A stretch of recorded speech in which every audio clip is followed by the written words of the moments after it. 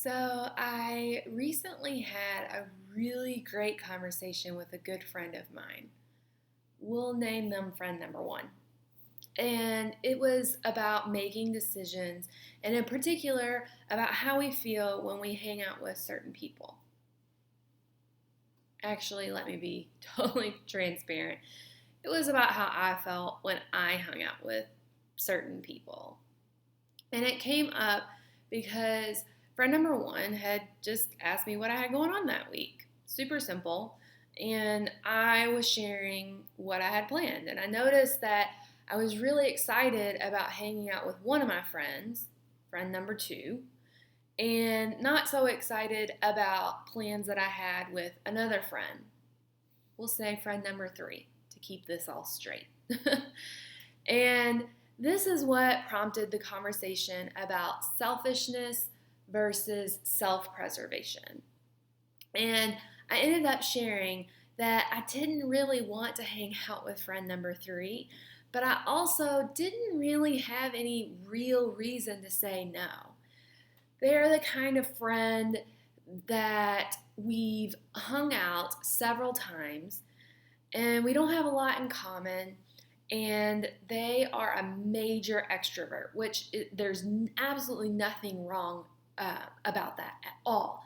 For me, though, that means that there's a lot of mental preparation and mental gymnastics that I have to do to be able to keep up with that level of energy. And I come home completely drained and exhausted.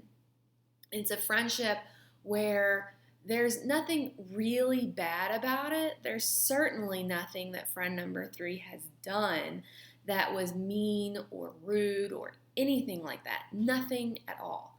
And that's what makes it so hard to say no. Now, on the flip side, I have a ton in common with friend number two, and it really fills me up to hang out. We have really, really great conversations. They challenge me to think about things in new ways, and we connect over our travels, and they're just as interested in what I have going on as I am in their life. It's very, very mutual, and I really enjoy that. It's not draining. It's not exhausting. I come home feeling excited and glad that I spent that time together. And as I was talking through this with friend number one on the phone, I finished up my predicament by saying that it felt selfish if I said I didn't want to hang out with friend number two. I'm sorry, friend number three. And friend number one pushed me on this by asking, is it selfish or is it self-preservation? And I was intrigued and asked for more because I wasn't really sure what was meant by that. And they went on to explain that something is selfish when the only benefit gained is by the person making the decision.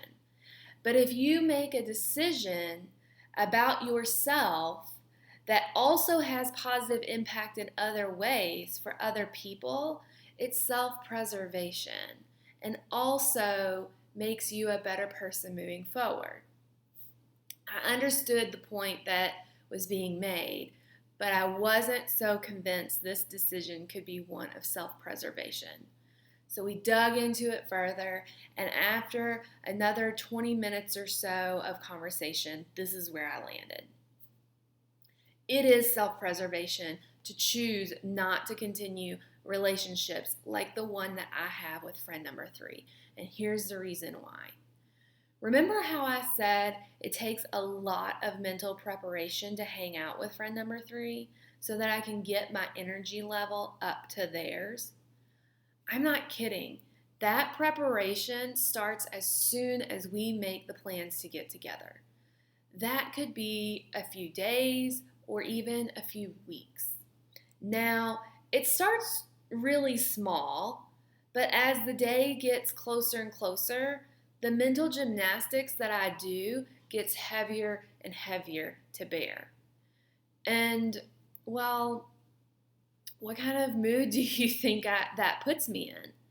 How do you think that I interact with other people during that time frame? I mean, I just spent at least 30 minutes with friend number one talking about this specific situation. And while I'm so grateful for the conversation because of the clarity it gave me, I'd much rather be connecting with friend number one on stuff that's important to both of us, not just what's on my plate. And even though it is subtle, I am more positive and more friendly, more outgoing, more pleasant to be around when I'm not doing this mental preparation for someone else. And that's self-preservation. So here's my question to you. What decisions do you need to make in your relationships for the sake of self-preservation? And it doesn't have to mean that you end relationships. And it also doesn't mean that there's something wrong with those people or wrong with you. It's just an indication that the two of you together just don't mesh. And that's okay. You can't be friends with every single person on a deep, deep level. The adjustments can be just that, adjustments. You don't have to end the entire relationship. But make sure that you're making those adjustments for the sake of self-preservation rather than for the sake of selfishness. You all have a great weekend. Mwah.